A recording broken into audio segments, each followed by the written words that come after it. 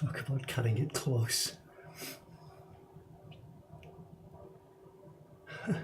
Testing 1, 2, 3. Are we here?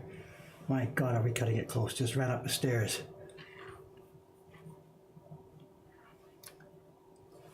On. Shoot. Okay, what are we doing today? We are not sizing today. I'm on the 3rd floor. No sizing. What we are doing today is... Hang on a sec. If I break my back here, it's all your fault. 1 second here. Are you ready?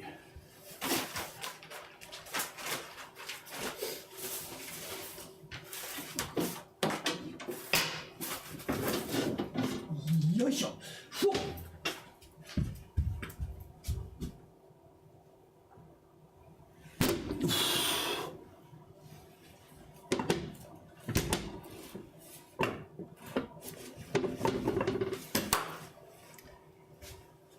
Yes, calendaring paper. Calendaring paper. It's for this year's series. I used to be saying next year's series. It's no longer next year's series. It's this year's series. I have 100 sheets to do, and this is the paper for the 2nd batch of the 1st month's print.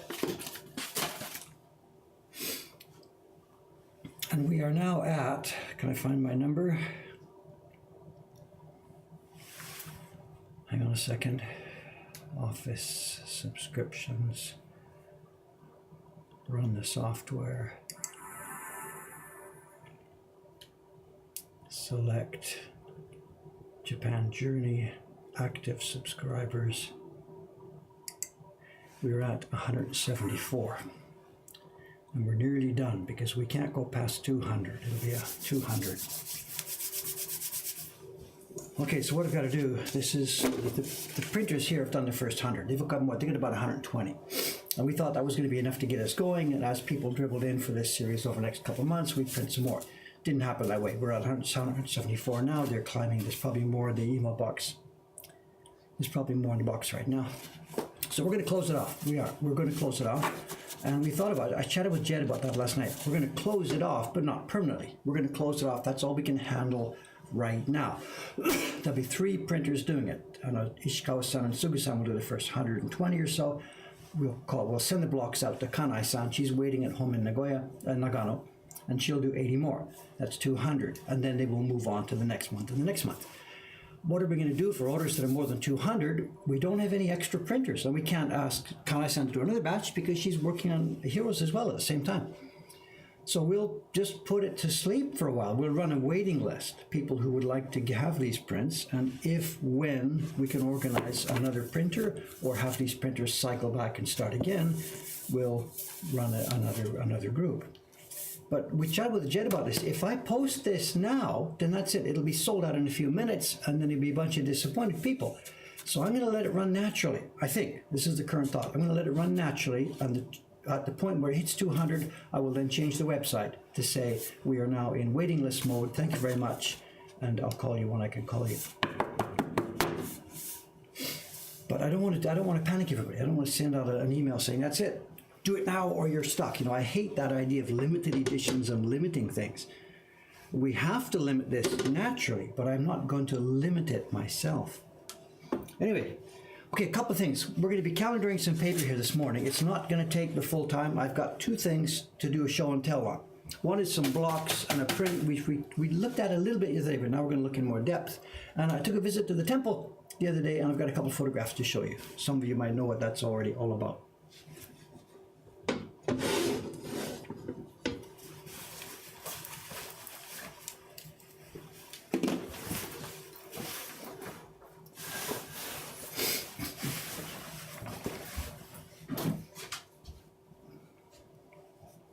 Now, this is an unfortunate dimension. These are not going to fit on my thing here side by side. Nope, nor do they. I might be able to swing it lengthwise. Hang on a second. Let me get another plastic sheet. 1 second. Back in 2 minutes. The paper is out. 4 packs are out. Thank you very much. Flask monkeys are gone. Back in 1 minute. Hang on a sec.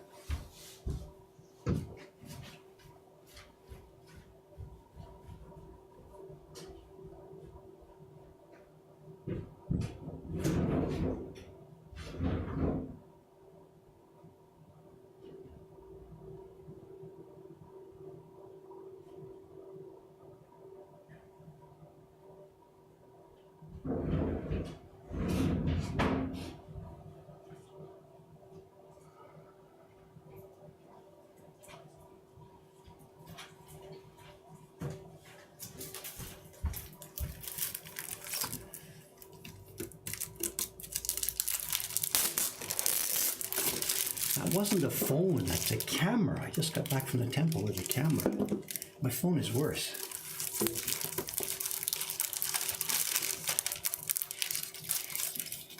The sliding door into the printer room, it's been cleaned. Aoyama-san has been busy. The sliding door that goes through to the printer's room was a terrible leftover from the previous tenants, just torn up piece of crap. Aoyama-san got ashamed of it a while ago and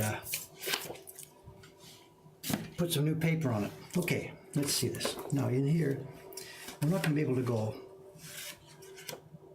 No, we don't go side by side, but we'll go front and back. Okay, let's try this. The reason we use plastic sheets like this is the bed of the machine here has become over time scored. The roller underneath has grooves in it, and those grooves wear into the bottom of the plate, not the top of the plate. But if you only keep the plate the same way, bit by bit the plate becomes a curved shape. So you have to flip the plate every couple of weeks, every couple of months, every time you use it. So both sides of the plate get scored. So the plate itself is no longer a super nice, clean, flat surface. Which is why we need these plastic sheets.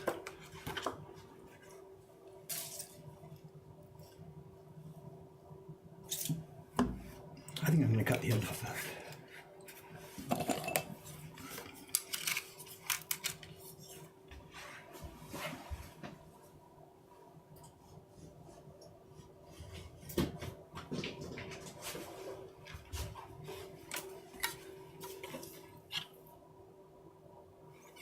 How are we going to do this?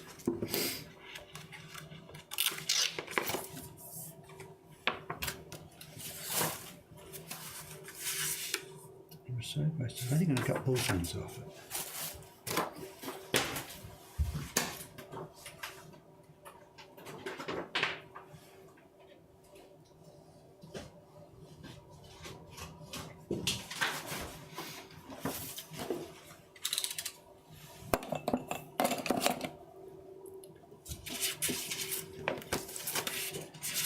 Okay, let's just try a test here and see how it goes.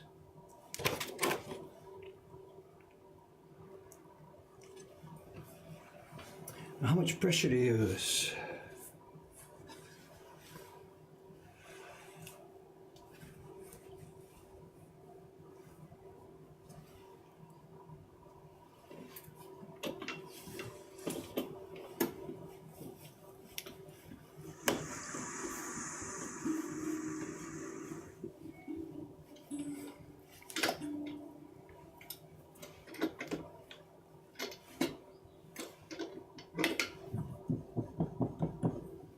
Let's try. Might be a bit too much pressure, I'm not sure.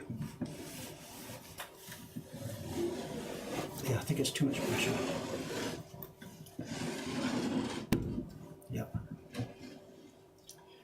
Ken, you're late to the party here. It's paper for the second printing of this year's subscription series, the New Year Asakusa print.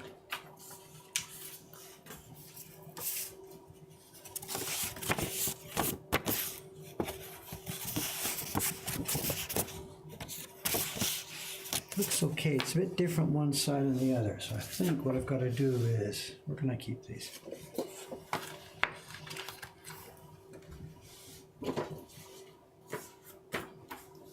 Face down.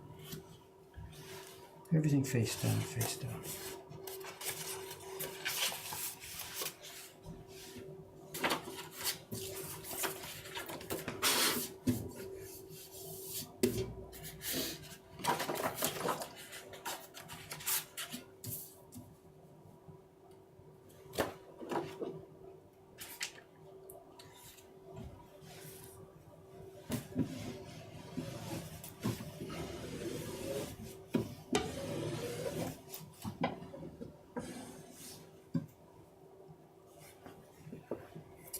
There's no way to really show you what the difference is here. The paper was smooth and now it's smooth, but it's smoother. It's really, really beautifully calendared on the front here. It makes a big difference to a print like this with a whole bunch of gradations that we're doing overlaid color on. It makes a really big difference for the printers.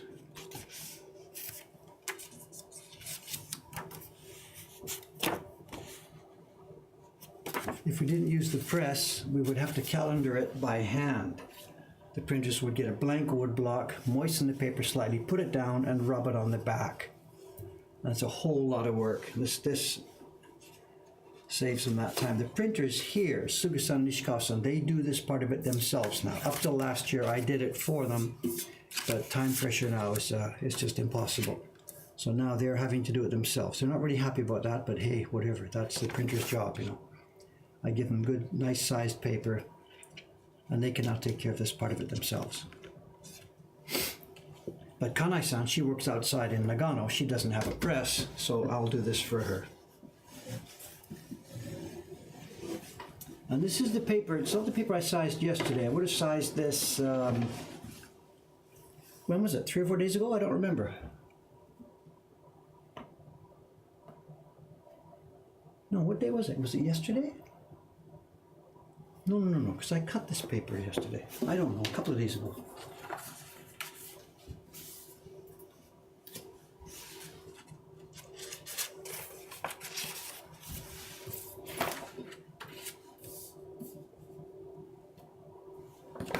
The paper we sized yesterday was for a different job. That was for the Two Souls Entwined or something. I can't remember. I don't even know what I'm doing either. Snow. There's no snow here in Tokyo, but there's snow over a whole lot of the rest of Japan. It's a huge country. Lots of places don't get snow. Lots of places get it. It's like saying, do you have snow in America? There's places that have it and places that don't. Here in Tokyo, we've had none this year, not one flake. On a typical year, it'll be like that until January or maybe February. Then we'll have a couple of snowstorms during the winter where there'll be a whole ton of snow. It'll stop the trains for an evening or a day, and then 2 days later the snow will be gone. But so far this year in Tokyo, at least where we are here in downtown Tokyo, we haven't seen a flake yet.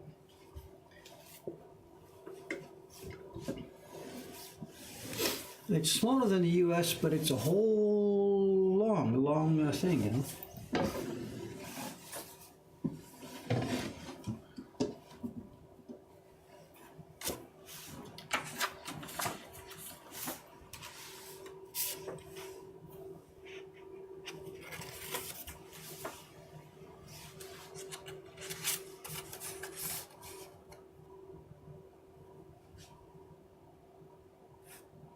Every one of the prints will all have flakes. I'm not sure what you mean here. Flakes.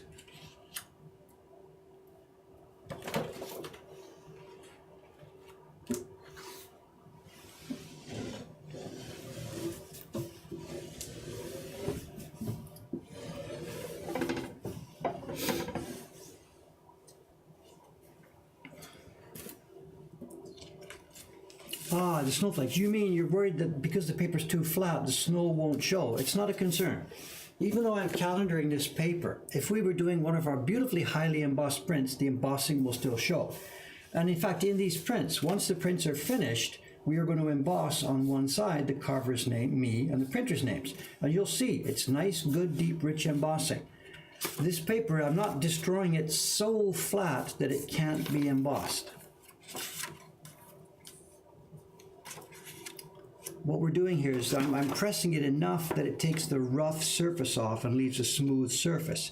There's still a body to it.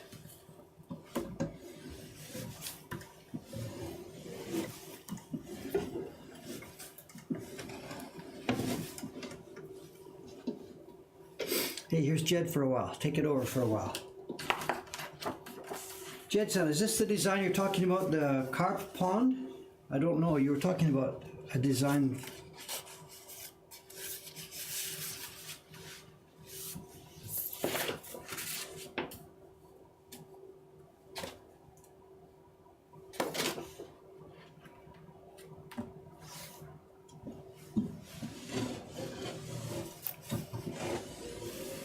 Click the link. I can't click the link here. Busy.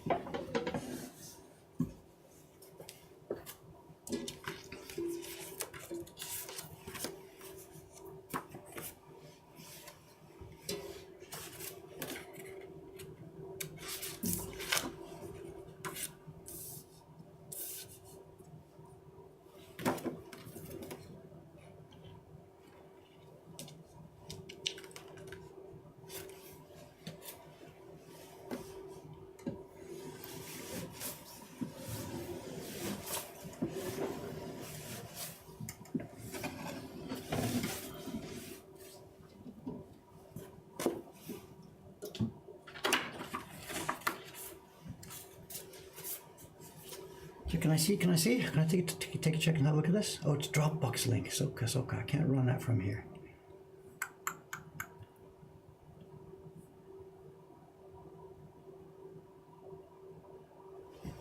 I shouldn't try this while I'm streaming, I think. Let's have a look. If Dropbox will show me a preview. Oh, there it is.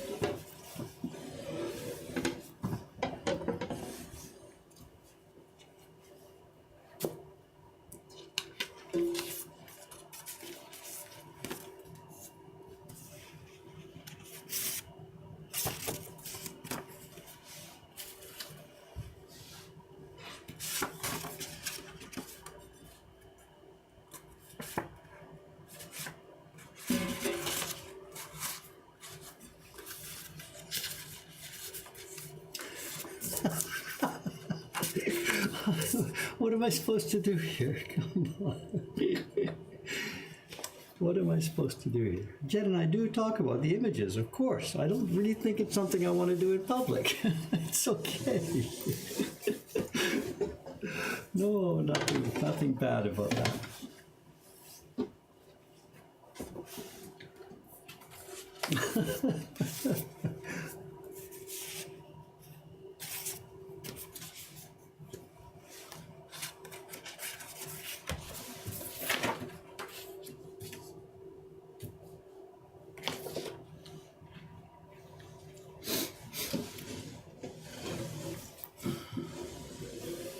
Asking about the pressing, the purpose of the pressing here is to prepare the paper for the printers. The paper, as we get it from the paper maker, has quite a rough surface. I don't know, we've tried to show it before. I don't know if it'll show. Let me try and get some texture here. You can see an angle there. You see it? The paper has, it's quite rough. There it is, there it is. Look, if I catch the light right. You see the far right-hand side of the screen there? It's really a rough surface. It's because when they make the paper, they dry it on boards, and the boards have a really rough surface. Ideally, they'd be beautifully smooth boards, but after being used once or twice or 3 or 4 times or 50 times or whatever, the water from the paper absorbs into the wood and it becomes a rough surface. So after using it for a bunch of times, the paper comes out rough. After we've calendared it now, well, you're probably not going to see anything because there's nothing to see. This is now flat. That lunar landscape is gone. And the paper is now really, really quite smooth to the touch. If we try and print it with the rough, when we print it, if we are a little too light with our pressure, the roughness is visible in the color.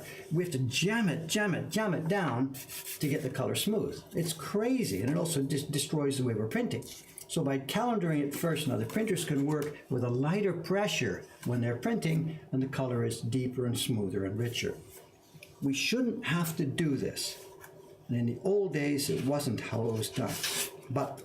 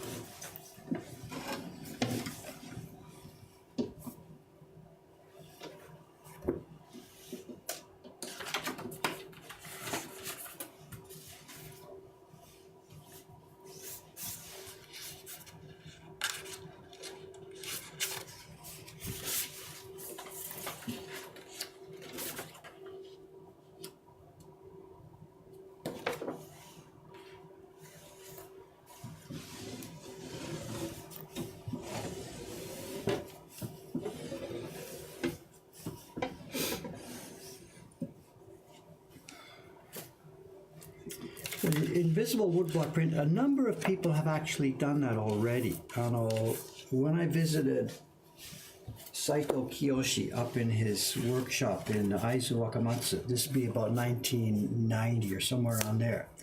I went up there with a newspaper company. I was hired to interview him and write a story about him. He's a famous 20th century printmaker, nothing to do with the kind of work I do. Saito Kiyoshi. So we went up to interview the guy, and he was, it wasn't really, didn't go well, but that's a different story. Anyway, but on the wall, he showed me one of the prints that he had just finished, or that his printers had just finished. That's another story too.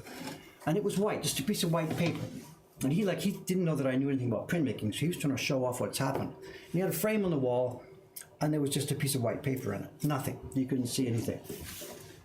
And it's the old joke. It was, a polar bear in a blizzard, blah, blah, blah, blah, blah. And his point was, what he had done was, when you looked at it under a certain light, there was some embossing. And there was a figure that showed just in the embossing. This is no genius idea, but anyway, it's a nice idea. But he hadn't put anything else on. It was just the slight embossed shape. And that's all you could see. So if you didn't know what you're doing, you just see a blank piece of white paper. And if you took the time to look at it a bit more carefully, you could see some relief embossing.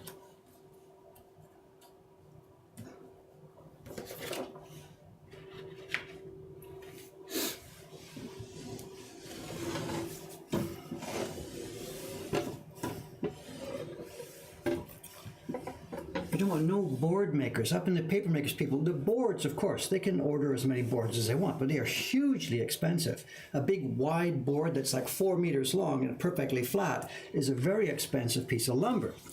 And the problem being is that once it gets rough from the paper being dried on it, it's no problem. You call the guy in, he gets his plane, he planes it off bit by bit to make it smooth and flat again, which is the way it used to be done.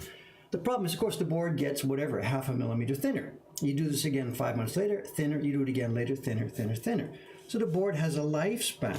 And the reason the paper makers are leaving it rough is because every time it's planed, it gets thinner, and those are really, really expensive boards. And maybe actually, if it's not just the money, maybe they can't get nice, good boards up there anymore. I don't know.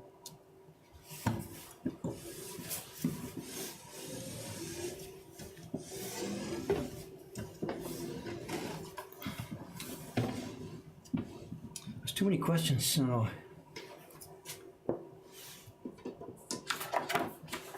no, they didn't make new boards for every run of paper. And I don't know. After using it a bunch of times, bit by bit by bit by bit, the board generally gets a bit rough. That's all. I have no idea how many times. It might go for years. I have no idea.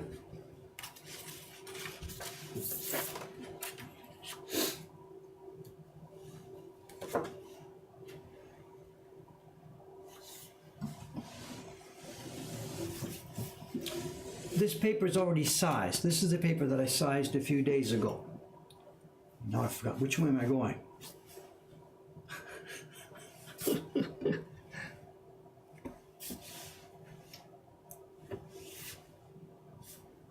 Only one way to find out.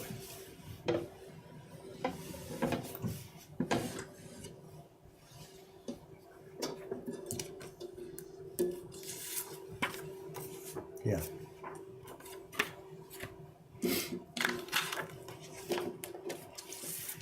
I know someone's asking why not a marble surface or something. They need the water absorption. The paper, it's wet, of course. This is the purpose of putting it on a board, is to dry it. The paper comes off their huge stack. They peel the sheets off one by one, brush them onto this wooden surface. Another one. They carry the boards, put them outside in the sunshine, and the sun does the drying. Some modern paper is dried on a metal. What they've got is they've got a huge, I don't know how to describe it. They've got a metal stand with gas heaters inside.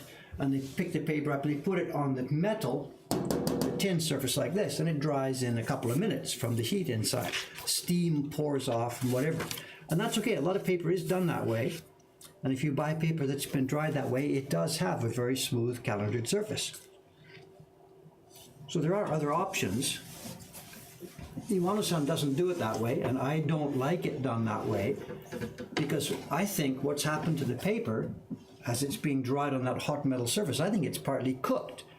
Now, this is plant fiber, What do you do with plant fiber? We can't eat it. You put it in a fry pan, soften it up, and then you can eat it. And it breaks down whatever it is, the proteins and whatever is inside.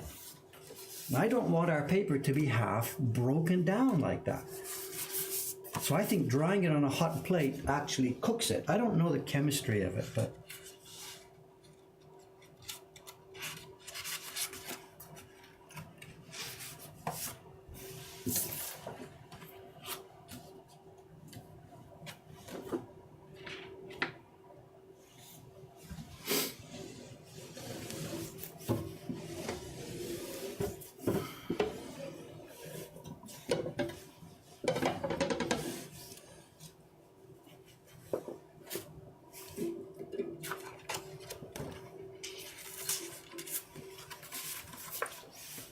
the experiments with the new paper guy are going quite well. I know 90% more, 95% or so of the New Year's prints that we are sending out this week are made on the new paper.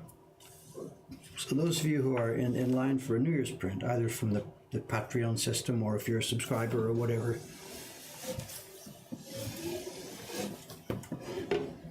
you'll be seeing this new paper.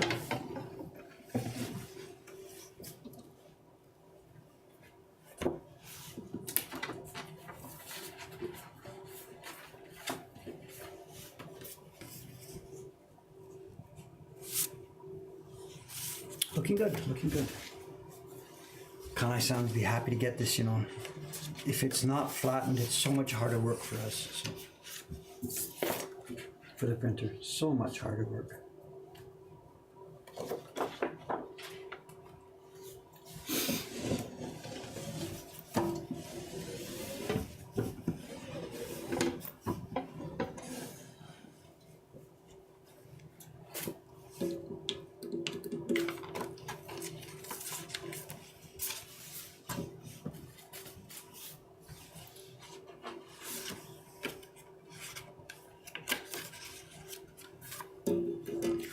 That's why I didn't do 100% of the New Year's cards on the new paper. I did one batch. Kawai-san did a batch of about 30 on Iwano-san's paper.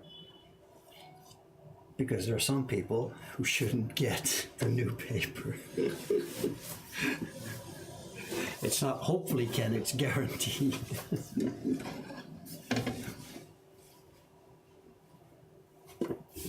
But although actually we thought about that, you know. Time to shake the guy up, you know, let him know that we are looking at alternatives, but there's no real advantage to that. It wouldn't help the situation and it would just create hostility. So.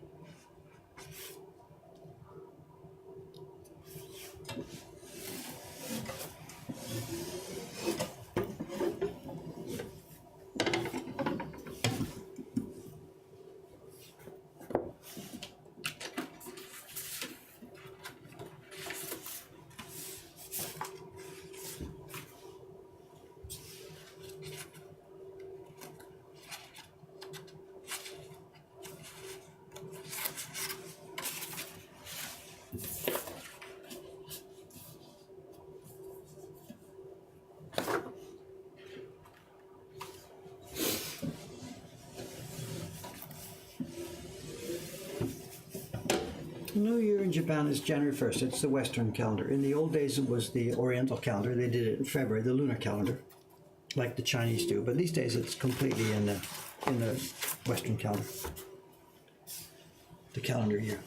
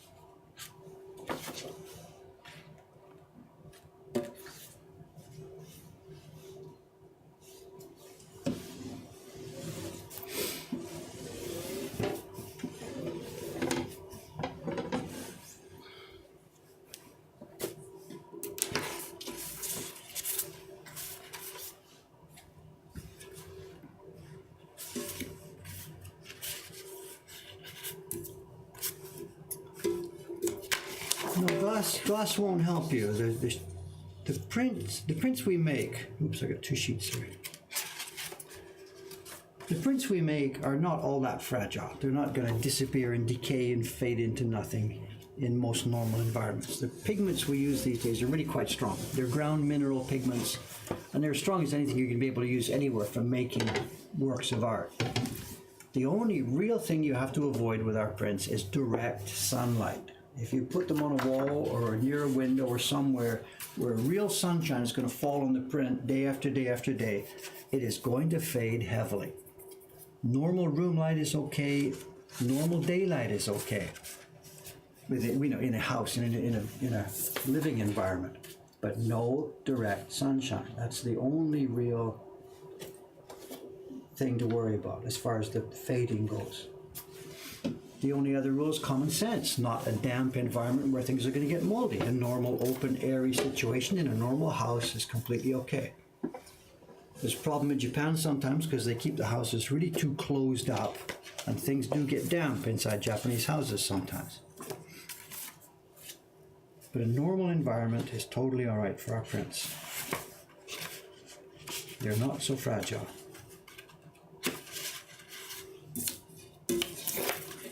When you go into museums and see the old prints and they've got the lights all dimmed and stuff like that, it's because there's two things different. One is those pigments were very much more fugitive than the kind of pigments we use these days. And second, those prints are really already old. They're already 200 years gone, and they have faded to some point. So their responsibility is to not to let it fade anymore at all.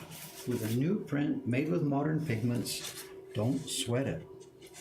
Just keep it out of the sunshine.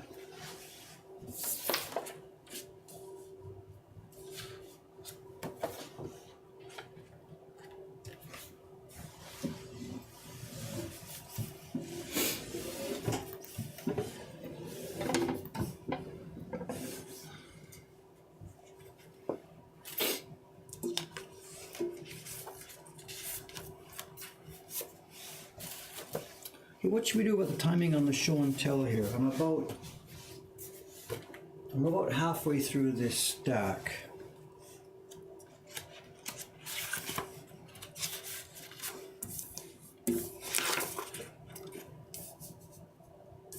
The reason we use the acrylic paint over it on a subscription box is simply for physical protection. If you physically touch a print too much, if it was on that stand and people can touch it and pick it up and touch it and pick it up, everybody's hands have got a little bit of oil on them, it would get a little bit, dirty. So the acrylic there is just simply to protect it from dust and from, physical room dirt.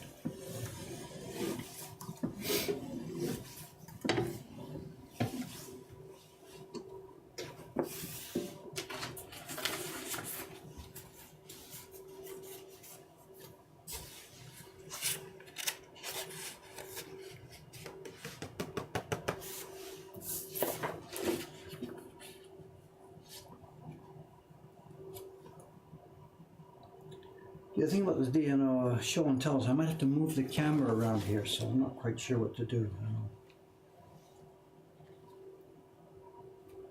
What I've got for the show and tell, the physical blocks are here, but what I did this morning, the reason I ran up the stairs quickly just before the stream is I was scanning. I took a proof of one of the blocks and scanned it at super high at the 1200 DPI resolution. Crap, which way am I going again? This way?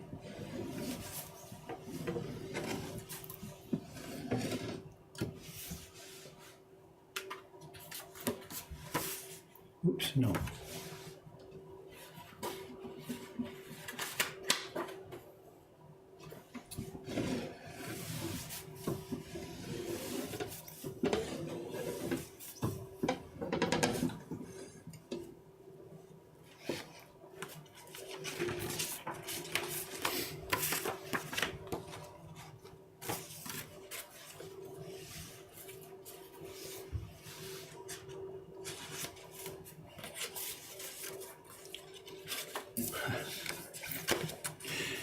Don't stop in the middle of the roll, hey.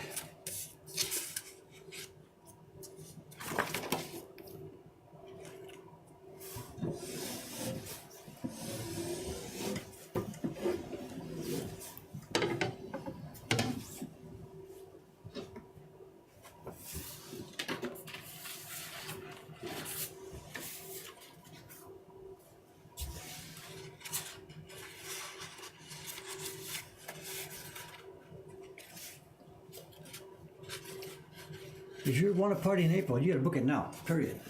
If you go to the calendar already, you'll see lots of spaces are taken already. March and April are filling up as we speak.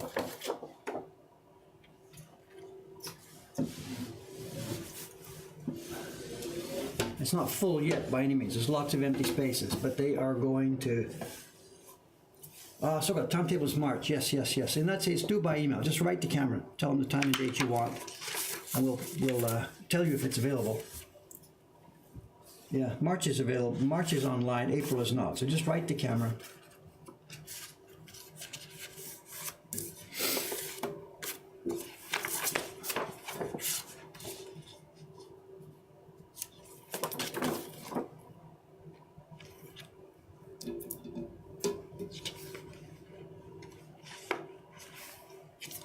I was thinking about making the calendar 4 months or 5 months or even 6 months, but I don't know. The longer we go out, the more vague it gets, and I think the more cancellations we'll get.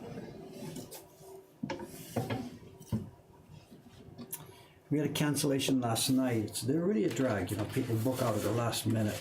There was a party of 5 that was in here today at 1 o'clock. And we've been sold out now for almost a week for today. People request, can I get time? And last night a party of 5 just cancels out. Dave, we can't make it tomorrow, sorry, bang. So it's possible we'll fly with an empty seat today at 1 o'clock, I don't know.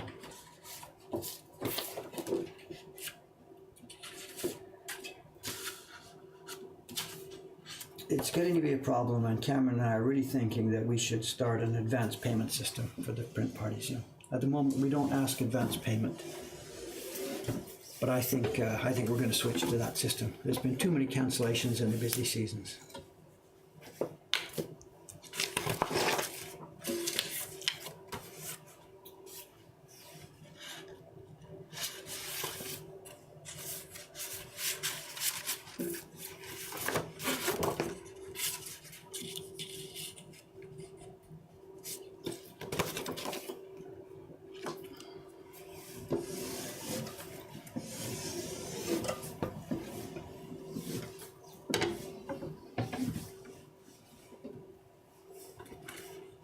Okay, the timing here, I think I'll just run to the end with this paper, and then I'll rearrange the camera to try and show you these blocks, and then we'll call it a day. So we'll do it that way, I think, rather than camera back and forth and get back to the press.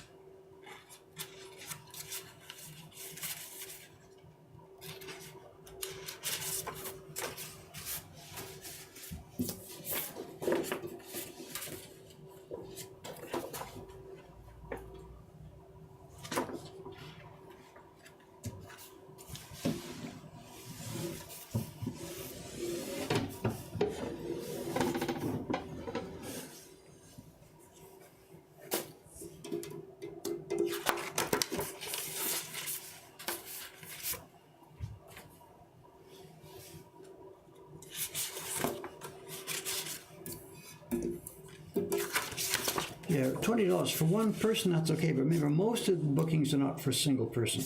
Most of the bookings are for 3, 4, or 5 people.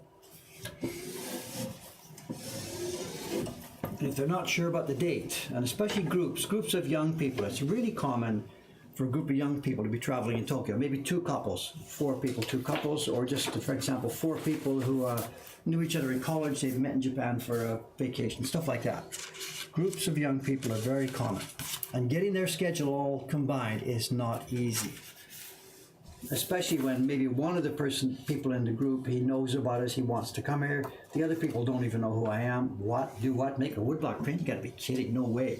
So the one person has to convince the other guys that it's okay, and then they decide they'd rather go drinking or something, and bang, the whole group cancels. So it's not just one person, $20, you know. And that's the problem, keeping those groups intact. You know, people who are traveling in Japan, keeping the groups intact is sometimes like herding cats, and that's where the cancellations come in. Today's cancellation was a group of 5, and it could be anything. One of them got sick, or one decides he wants to do something else, or whatever. Then the group says, what do you want to do? They change their mind, bang, they're gone, out they go.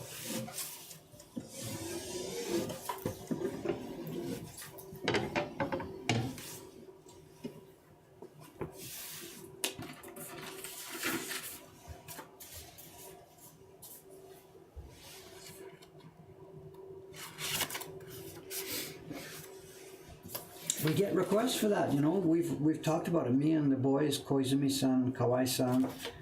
If we started evening parties, we would get high demand. We know that. It's just we don't have staff. We've got to, you know, we can't just work 24 hours a day all of this.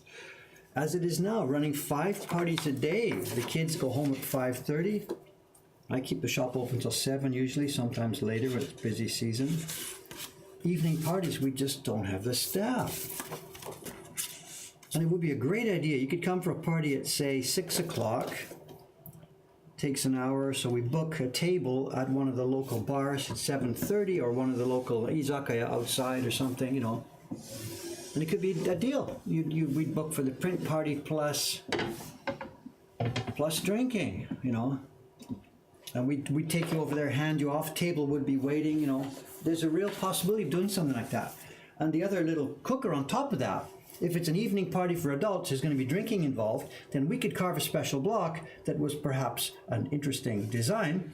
Could perhaps, you know, involve maybe octopus or something, or who knows, whatever. We could do a really interesting print party. But we don't have the staff to do it.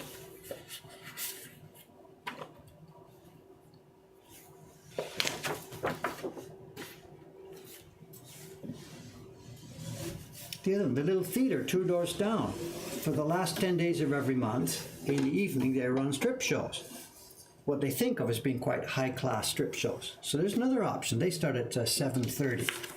Come to Mocha Hong Kong for a print party at 6, do an interesting image, go to the show at 7 o'clock, 7:30. After that's over an hour later, then head for the bar. There could be a wonderful little print, Asakusa evening event, you know. My keyboard is okay. It is a plastic cover. Don't panic. I don't have a warped 3-dimensional keyboard. The computer's getting warm right there. It's sitting on the table.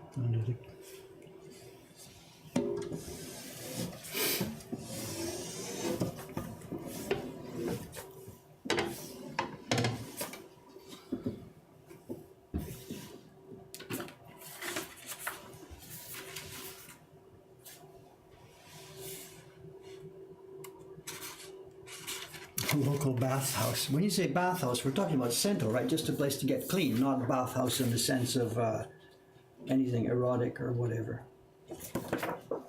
Yeah, that's there too. Jakotsuyu, the local bathhouse, closes at 11. So there's your deal. Print party at 6, strip show at 7, that finishes 7:45, izakaya at 8. They kick you out of there after an hour and a half, 9:30, over to the bathhouse, get a soak. There's your evening in Asakusa. My God, we could charge a fortune for that.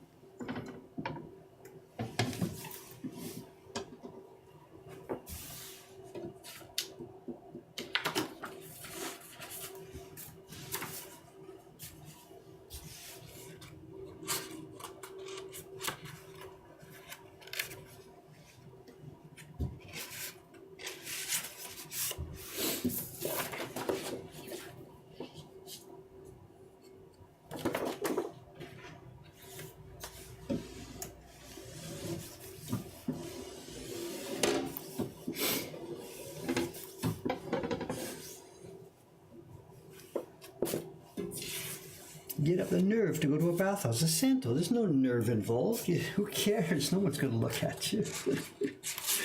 I remember my son-in-law, you know, the first time he was here in 2014, he was here to help me build the shop. We got really dirty construction. The water was turned off. We had to go to the bathhouse. He did not want to go. I can't take my clothes off in front of other people, he's all saying, you know. We had to drag him. We had to drag him down the street to the Sento, the public bath. You know. But once he was in there, oh my God, you couldn't keep him out. The next day we're back, the next day. When are we going to the bath? When are we going to the bath? He was terrified of it at first and then fell in love with it.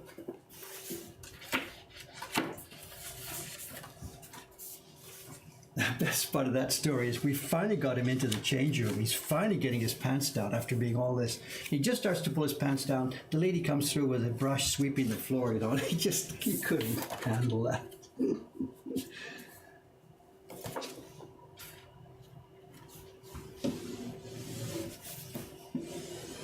Onsen or Sento? Sento is the public bath in town here.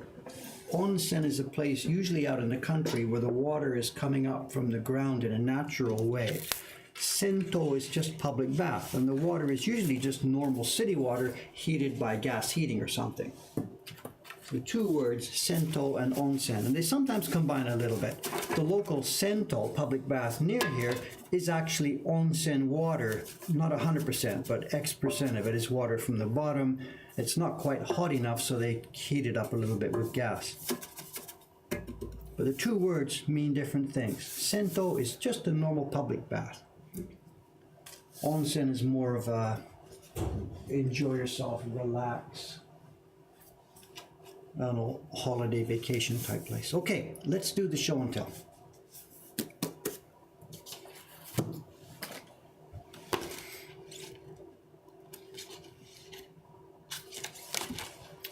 Why don't the kids live in Japan? Talk about me. Why don't my kids live in Japan? They grew up. They do what they want. They make their own life. My two daughters grew up. They were born in Canada. They spent their first 10 years or so here, and then they went to Canada for like high school years. And as they became adults, they decided to stay in Canada. It's not a personal question, whatever. Okay, let me get this out of the way. This is the tough part for me. This thing is heavy. I can do this without breaking my back. Okay, if you hear me scream, crap, I'll have to have somebody else to do this. I think it's okay.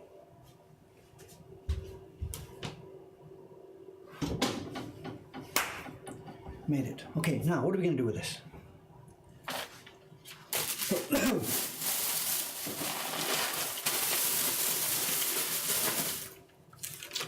Let's move the camera. So you can get seasick for a minute. Here we go.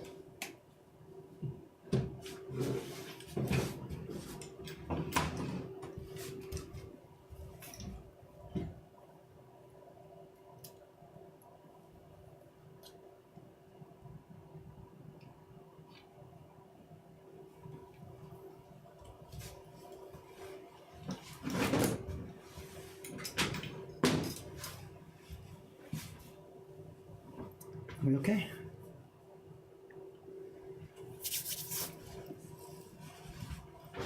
I'm standing on all the cables now.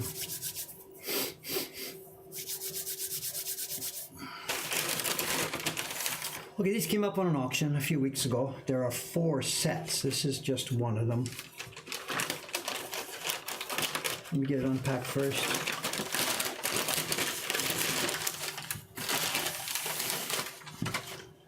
Okay, I need some help. I wasn't able to have the time here to go and get an image. I want somebody to go to ukiyo-e.org.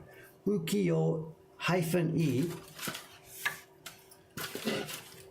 Ukiyo-e.org, O-R-G.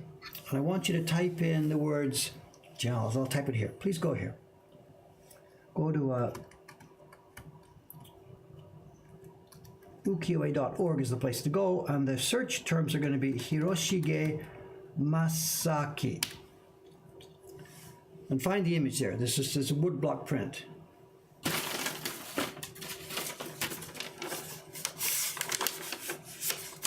Everybody's frantically typing to be the first one to find it, whatever.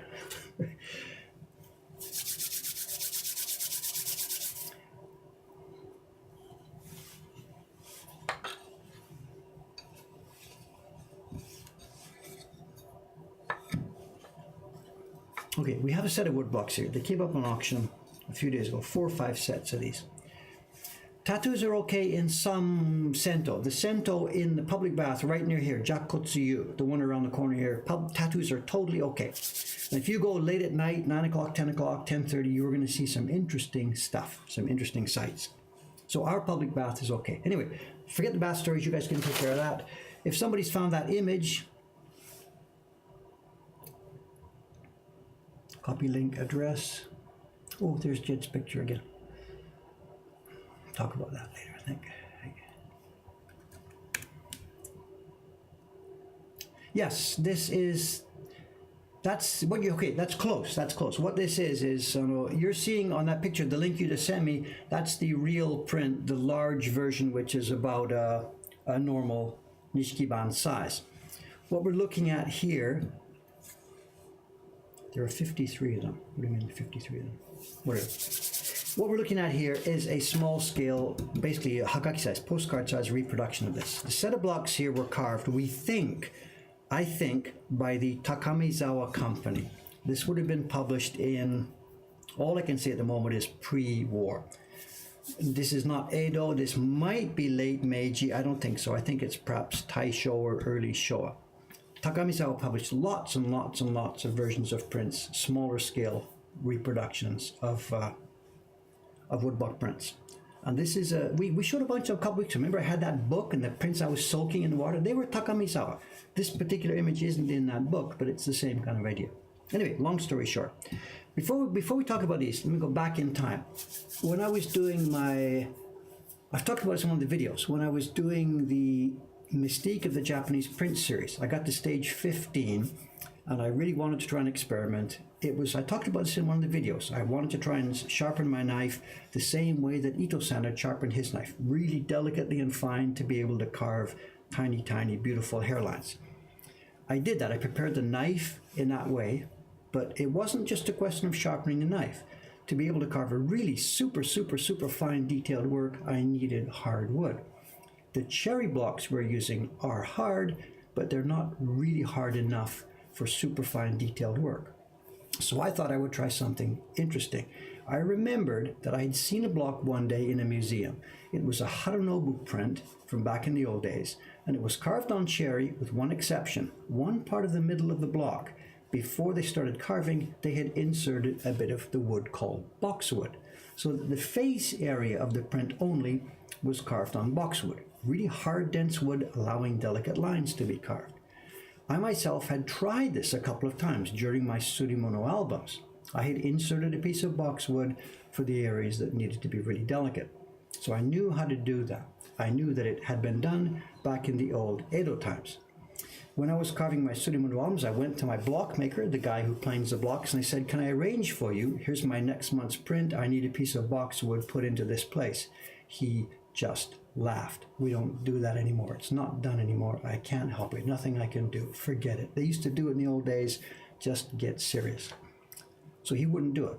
So I did it myself. I'm not a block planer, but I got a piece of boxwood, and somebody's already copied the Great Wave. I did it for the calligraphy on the Great Wave print. I inserted a piece of boxwood into this thing.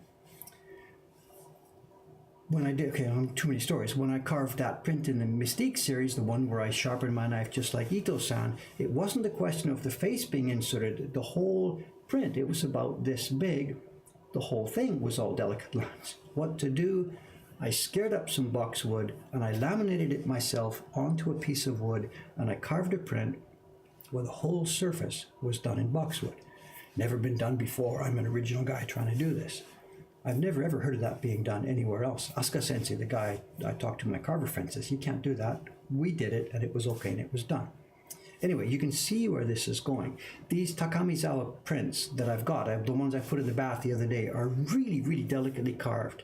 And there's a big question mark. Were they actually carved on wood? It doesn't seem possible. Or were they done with photographic reproduction onto metal blocks, which was also very common back in that era. You know where this is going. Long story short, we get this thing the other day. It is carved at insane, and I mean insane levels of detail. There's my thumb. There's a guy there rowing a boat. We're going to zoom in a minute to see what he looks like. That guy you're seeing there with a little straw coat and a post roaming, he has a beard. You can't see it yet. Just a minute. I'll get it to a minute. I've got a picture to show you. But this is carved on wood. It's not a photographic reproduction. It's all carved on wood. And lo and behold, when we look at the edge of the block, we see a lamination. The back side is Honoki Magnolia, really super soft, used for color blocks sometimes. And the top surface is, you guessed it, it's a layer of boxwood. So here we are back in the 1920s or whenever it is, they're doing the thing that I thought I was being so hugely original about doing. We can carve key blocks on full surface flat boxwood. So much for my original ideas. Now, something else to mention here. Boxwood is used by wood engravers. We're doing wood block printing. We are cutting the flat surface of the wood with knives. People doing wood engraving, they work with wood at the end, the tree. The tree is growing this way, they cut the tree like that, and they don't use knives, they use buron, an engraver, to engrave tiny, fine, really small, detailed lines. This was all done way back in the 1800s, right through, people are still doing it now. My friend Andy English, if you look up Andy English printmaker, find his website, he is doing engraving on boxwood on the end grain. Different tools from what we use, and then he prints in a printing press. But here we are, this is boxwood being used on the plank, on the flat surface, and I've never, ever, ever seen this before. And here they are, and this is just so detailed, it's unbelievable. Now, two of these, some of these blocks are the same size as the key block, and two of them are bigger. And look at this, it turns out that there's a small one with green and blue, and here's a bigger one with green and blue. And this one is almost totally worn out in a few places. It's just been rubbed and rubbed and rubbed till it can't be printed anymore, so they've recarved this. And on the back side, this is the sea area, the Blue River area, and we find somewhere here we are, this is the smaller one, and this has got an X on it. The guy said, nope, out of service, we've replaced it, buy a new one. So this is really, really interesting. Partway through printing a bunch of these things, and they've made hundreds and hundreds and hundreds and hundreds. Partway through printing these things, the color blocks started to give up. The color blocks wore out, and the key block is still the original small key block. And because it's it's carved on boxwood, it's still, I put it under the microscope yesterday. I don't have a way to put the camera in the microscope, I'm sorry. I put it under the scope, and it is sharp and sharp and sharp and clear. Let me pop up an image here. I just did a rough printing from it yesterday. I scanned this morning. Let me see if I can find it. Hang on a second.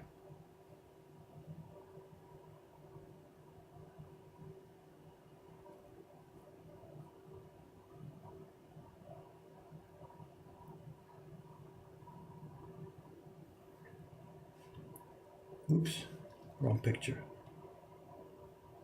Not that one. Hang on a sec.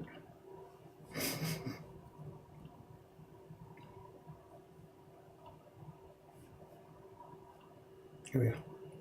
There's the image itself. You can see the dimensions of it. There's my hand on the left-hand side. Spoilers, whatever, it doesn't matter. It's slightly like postcard size. And I zoomed in. That's the area where my thumb is at the back. In the distance there, I don't know if you can see it, in the distance over there, there is a shrine gate. That's what we're looking at there. And then in the front, there's the guy with his post, and he has got a freaking beard. Let's find it again. There we are. That's the guy we're looking at. There's my thumb for scale. There we are. It's holding its focus. Yay! And there's the print. The straw mat he's doing, the little crisscross leaves on the grass on the back. And like I said, he's got a 5 o'clock shadow. I mean, I can't believe it. They actually carved that. Look at the size of my thumbnail. And these guys are not working with a microscope or anything.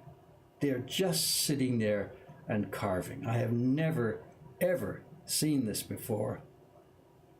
And there we are. And now I've got it. And we've got 4 sets of these things. We've got 4 of them. And I wrote to the guy who sold it to me on auction. I said, do you have any more? And he said, yes. I said, can I get some? He said, they're going to go on auction. So we're waiting for the next ones to come up. And I'm a bit hesitant. If I talk about these too much, then there's too many people bidding against me. So whatever. And this is incredible. Now, I'm sure the question is going to come up. It's probably already come up in here. Are we going to take prints from these and sell them in the shop? I don't know. What we're going to do first, when we get a minute, and this is not going to be tomorrow because we are so freaking busy here. I don't even know what to think about it. I'm going to sit down with some of these blocks, and when I get a minute, take some proofs off and see what kind of condition they're in. The key block looks okay. We know that's going to print. The color blocks, they're thin, they may warp, they may bend, they may not be usable. I really don't know. There's even splits starting on some of them. So step one, I don't know if they're usable.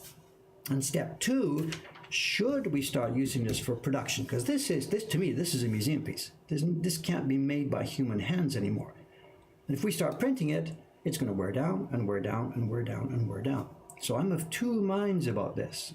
Half of me says, don't touch this, please preserve it. And half of me says, let's get some beautiful prints off these things and get them out into the world where people can enjoy them.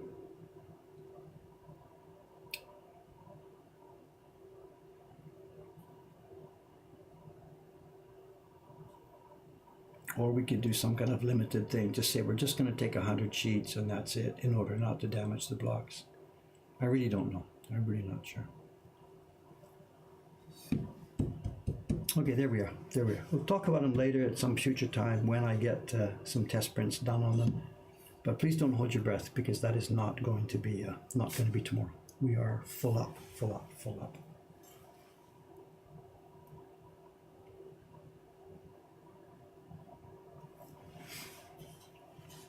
Another interesting point to this, if you saw the image I linked to you, the ukiyo-e one, the Masaki, the image that we see on that ukiyo-e.org page, and there's many, many variations in different museums all over the world, it's a snow scene.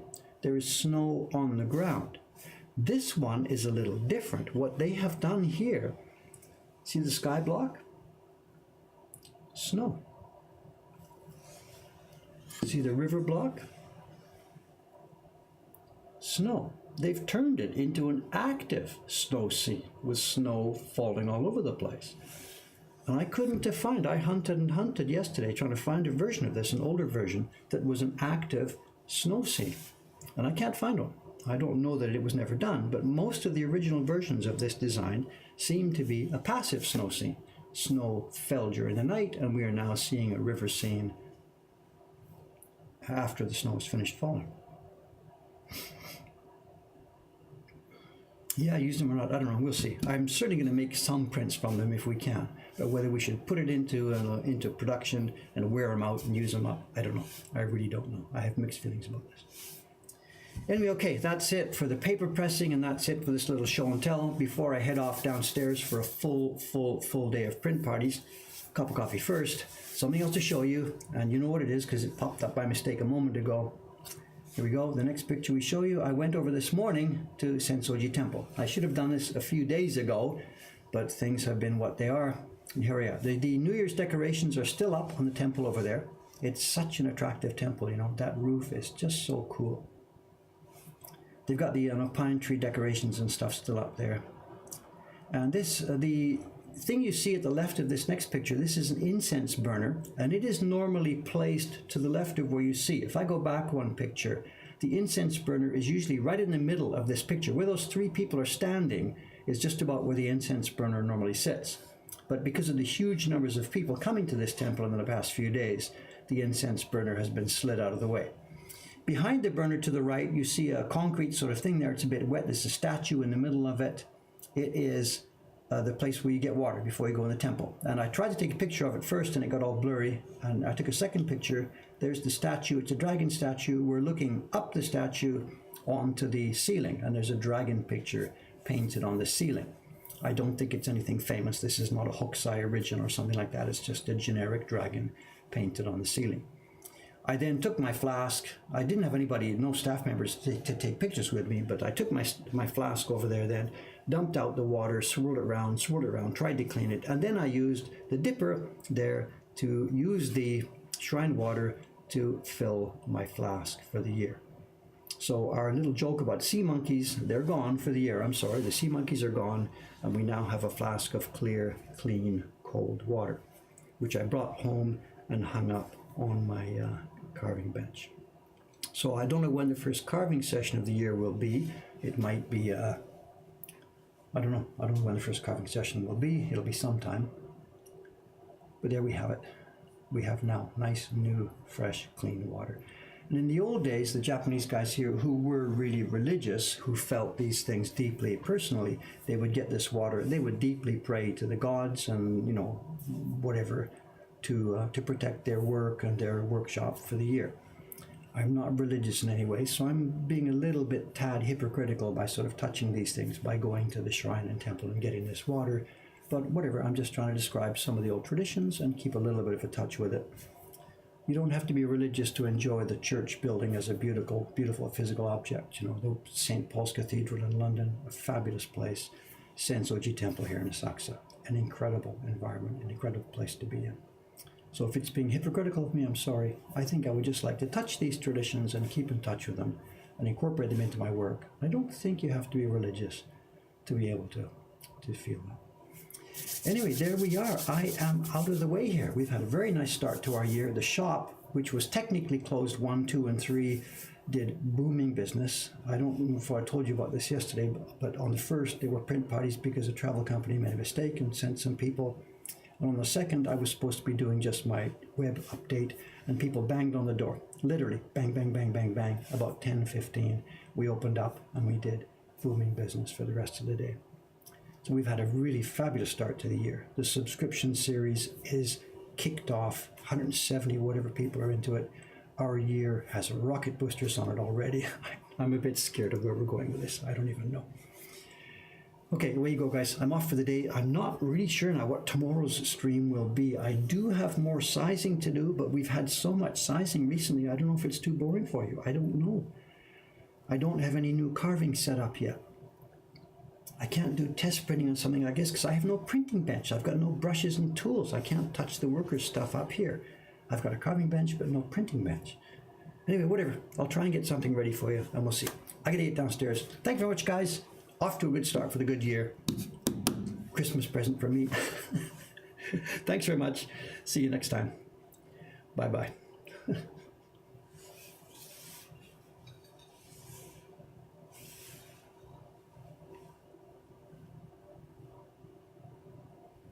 Just incredible stuff. Absolutely, absolutely incredible stuff. I'm 67. I thought I was pretty good at this, but I've obviously still got a way to go here. So let's see what we can do to try and catch these guys.